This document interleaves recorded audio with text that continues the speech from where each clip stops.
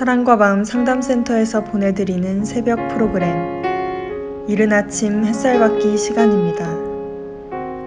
하나님의 말씀을 들으며 마음을 치료하시는 하나님의 사랑을 경험하는 시간이 되시길 바랍니다.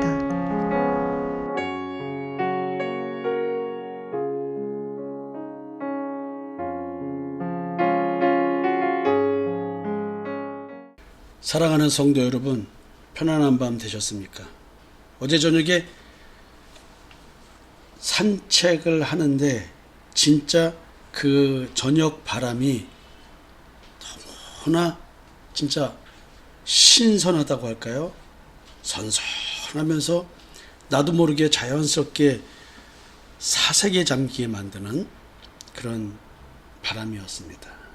이제 굴포천 센터에서 보내드리는 두 번째 이른 아침 햇살 받기 시간입니다. 어제 말씀드린 것처럼 오늘은 왜 의지하게끔 만드는가라는 주제로 말씀을 드린다고 했죠. 창세기 2장 18절의 말씀인데요. 여호와 하나님이 이르시되 사람이 혼자 사는 것이 좋지 아니하니 내가 그를 위하여 돕는 배필을 지으리라 하시니라. 여기서 우리는 아담과 이브의 얘기를 듣는 것입니다. 하나님은 왜 남자가 혼자 있는 것을 좋지 않게 여겼을까요? 이 말의 의미가 무엇일까요? 사실은 아담은 예수 그리스도의 표상입니다. 마지막 아담이죠. 마지막 아담이 예수입니다. 그러니까 결국 아담이 혼자 있는 것이 좋지 않다는 얘기는 예수 그리스도의 배필로서 누군가 있어야 되는데 사도 바울은 이 이야기를 그리스도와 교회의 이야기다라고 얘기합니다. 우리가 교회죠. 개별적으로는 신부로서의 교회고 또 교회 공동체로서 교회로서는 우리 모두가 하나의 모퉁이 돌을 중심으로 성전을 쌓아가는 그런 지체로서의 교회인 것입니다. 하나님께서 내가 남자에게 딱 맞는 돕는 배필, 돕는 자 만들어야 되겠다. 즉 이 말의 의미는 교회의 형성에 대한 이야기를 하고 계신다고 생각해야 할 것입니다. 우리가 사람인 자는 서로가 서로를 기댄다는 의미입니다. 이게 돕는 배필을 말하는 것 아닐까요? 한문은 상형 문자입니다. 의미를 담고 있는 거죠. 인간이라는 존재, 사람인 자는 서로가 서로를 도와주는 관계다. 그래서 아담과 이브 그 창조의 이야기가 상형 문자에 담겨져 있다라는 얘기를 합니다. 사람은 서로 기대어 사는 존재인가? 남편은 아내가 필요하고 아내는 남편이 필요합니다. 필요하다는 의미는 서로가 부족하기 때문에 돕는다는 의미가 있죠. 부족하기 때문에. 아니면 부족함이 없으면 온전하고 완벽한데도 더 누군가 도와주면 더 좋은 효과를 나타내기 때문에 그럴까요? 그리스도가 부족한가요? 부족함이 없습니다. 사실은 여기서 돕는 배필이라는 말의 의미는 여자를 놓고 얘기했지만 그 이브 여자가 교회를 의미한다고 하면 사실은 의지하는 것은 그리스도가 의존하는 것이 아니라 의존한다는 말의 의미, 그것은 복음 사역에 교회의 도움이 필요하다. 즉 내가 너희들을 살렸으니 너희들은 가서 이제 전하라. 지금 이런 말의 의미를 내포하고 있는 것이죠. 사람이 혼자 사는 것은 좋지 못하다. 이게 무슨 말일까요? 사람은 돕는 배필이 필요한가? 아담을 돕는 배필로서 아내 이브가 필요한 것인가? 앞에서 말씀드렸지만 아담은 오실자의 모형이라고 로마서 5장 14절에서 얘기하고 있습니다. 기록된 바 첫사람 아담은 생명이 되었다는 것 같이 마지막 아담은 살려주는 영이 되었나니, 이건 또 고린도전서 15장 45절에 이렇게 얘기를 하고 있습니다. 그러니까 아담과 이브 얘기할 때 바울은 아담은 예수 그리스도를 의미하고 이브는 교회를 의미한다고 정확하게 정의를 내렸습니다. 고린도 15장 45절의 말씀을 놓고 보면 첫사람 아담은 살아있는 존재가 되었다. 그러니까 하나님께서 생명의 호흡을 불러넣어준 그 대상이 아담이죠. 그게 생명이 되었다. 이 말을 다른 말로 표현하면 마지막 아담은 그래서 생명을 주는 영, 살려주는 영, 그 존재인 거예요. 내 영이 살아나게 해주시는 분. 그러려면 성령을 주셔야 되는 거요. 하나님의 영을 받아야, 그리스도의 영을 받아야, 성령을 받아야 우리는 영이 살아납니다. 그래서 생명을 주시는 분, 내 죽어있는 영혼, 그 영혼을 살려내는 그 생명을 주는 영이라는 거죠. 살려주는 영. 그래서 생명으로서의 첫 아담은 하나님의 호흡이 담긴 자이며 이것은 마지막 아담의 의미로서 생명을 주는 영이라는 얘기를 하고 계시는 겁니다. 참 이 표현들이 좀 어려운 표현이죠. 생명을 주는 영, 살려주는 영, 내 영을 살려주는 영을 주시는 거죠. 성령이죠. 예수 그리스도는 내 영을 살려주시는 분인 것입니다. 첫 아담은 근데 어떤 존재일까요? 선악을 알게 한 나무의 열매를 먹은 자입니다. 그래서 우리가 먹지 않았어도 아담의 형상으로 지음받은 존재가 되어버린 결과가 됐죠.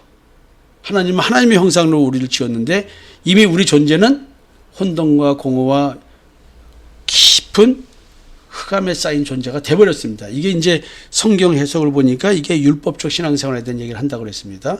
미혹의 영, 세상의 영의 지배를 받는 존재, 내 스스로가 하나님같이 된 존재로서 선과 악을 판단해서 선을 택하려고 노력하고 살아가는 사람, 그리고 자기의 의를 추구하면서 이것이 하나님이 원하는 의라고 생각하는 사람, 이게 이제 첫사람 아담의 타락이죠. 이런 경우 아담은 육의 몸을 가졌습니다. 신령한 몸이 아닙니다. 그냥 자연적으로 남녀 교합에 의해서 형성되어진 육의 몸, 내추럴 바디를 가진 거죠. 육체라고 부르는 것입니다. 이런 존재를. 근데 마지막 아담은 생명나무의 열매를 먹는 존재죠. 그래서 이분이 우리에게 살려주는 영을 주신다는 것은 생명나무의 열매를 먹게 해주신다는 것이죠. 첫사람 아담이 낳은 자식은 가인인데 가인은 누구에 속했어요? 악한 자에게 속했다고 성경은 말합니다. 소속이 악한 자예요. 그러니까 우리는 가인의 후손인 거예요. 우리가.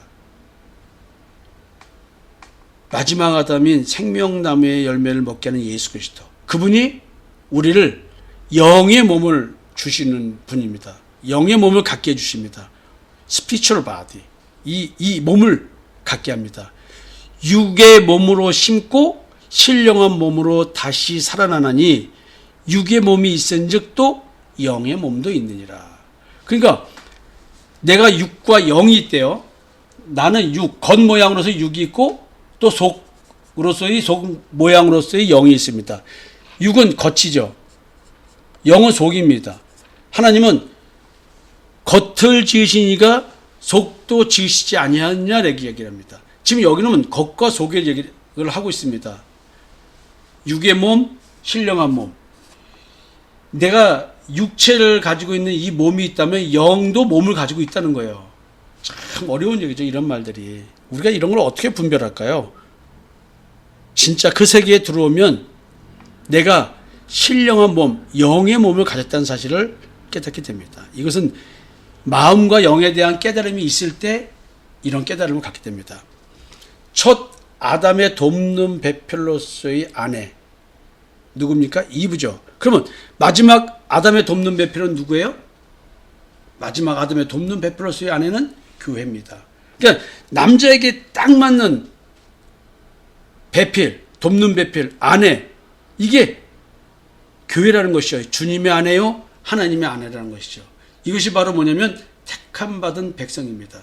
따라서 우리는 남편 되신 분의 아내가 되는 것이죠. 그래서 거룩한 아내, 정결한 처녀가 되기 위해서 우리는 예수 그리스도의 십자가 대속의 은총에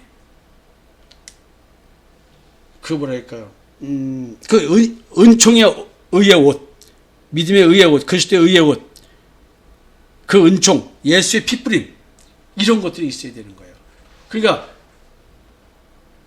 마치 돕는 배필하면은 아담을 이브가 도와주는 것처럼 생각되지만 그건 아닌 거죠. 아내가 우리죠. 교회의 머리 되신 분이 그리스도입니다. 그러니까 우리가 누구를 의지해야 돼요? 아내는 누구를 의지해야 됩니까? 나는 누구를 의지해야 할까요? 의지할 대상을 안다면 왜 그 대상을 의지할까요? 우리가 그리스도를 의지해야 한다고 한다면 나는 왜 그리스도를 의지해야 할까요?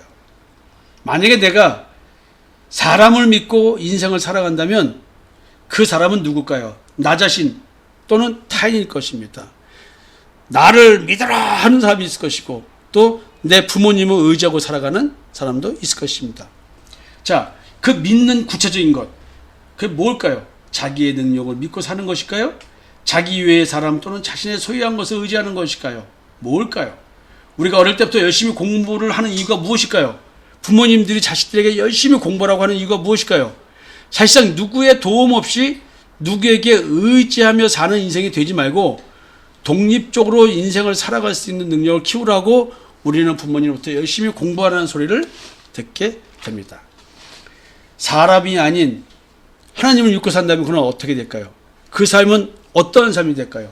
내가 하나님께 의지하겠다고 해서 하나님은 그 의지함을 받아주시는 분일까요? 내가 하나님을 믿으니 날 도와주소서 한다고 도와주시는 것인가요? 그리고 하나님, 예수님을 믿는다는 자의 삶이 정작 하나님께 의지하지 않고 사람의 능력을 의지하게 된다면 그럼 또 어떻게 되는 걸까요? 사람의 능력, 내 능력 어떻게 되는 걸까요? 이제 이런 사실들을 성경에서 뭐라 하나님이 말씀하시는지 알고자 합니다. 내일부터는 이런 얘기를 좀 하고자 합니다. 우리는 왜 하나님을 의지해야 할까요? 하나님은 왜 나로 하여금 하나님만 의지하게끔 만들까요? 사도 바울은 고난받으면서 이런 얘기를 하셨습니다. 내 인생이 가라뭉개진 거예요. 살 소망이 끊어졌죠. 그뿐만이 아닙니다. 마치 하나님이 직접 나에게 사형 선고를 내린 것처럼 저주받은 것처럼 내 인생이 이렇게 바뀌었다는 것이죠. 그래서 하나님께 여쭤봤더니 자기 자신을 의지하지 말고 죽은 자를 다시 살리시는 하나님만 의지하라고 그런 믿음을 갖게 하려고 그렇게 고난 속에서 즉 인간의 능력으로 해결할 수 없는 그런 상황에 넣어놨다는 거예요. 여기서 바울은 힘을 얻습니다. 성도 여러분, 왜 의지하게끔 만드는가요? 이런 이야기들을 한번 내일부터 나눠봅시다. 여러분, 오늘도 좋은 하루 되시고 내가 왜 하나님을 의지하여야 하는가라는 생각을 좀 해보셨으면 좋겠습니다. 감사합니다.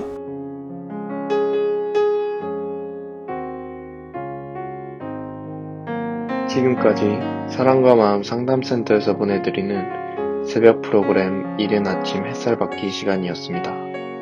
오늘도 참 하나님과의 만남 속에서 마음의 쉼을 경험하시는 여러분이 되시기를 소망합니다.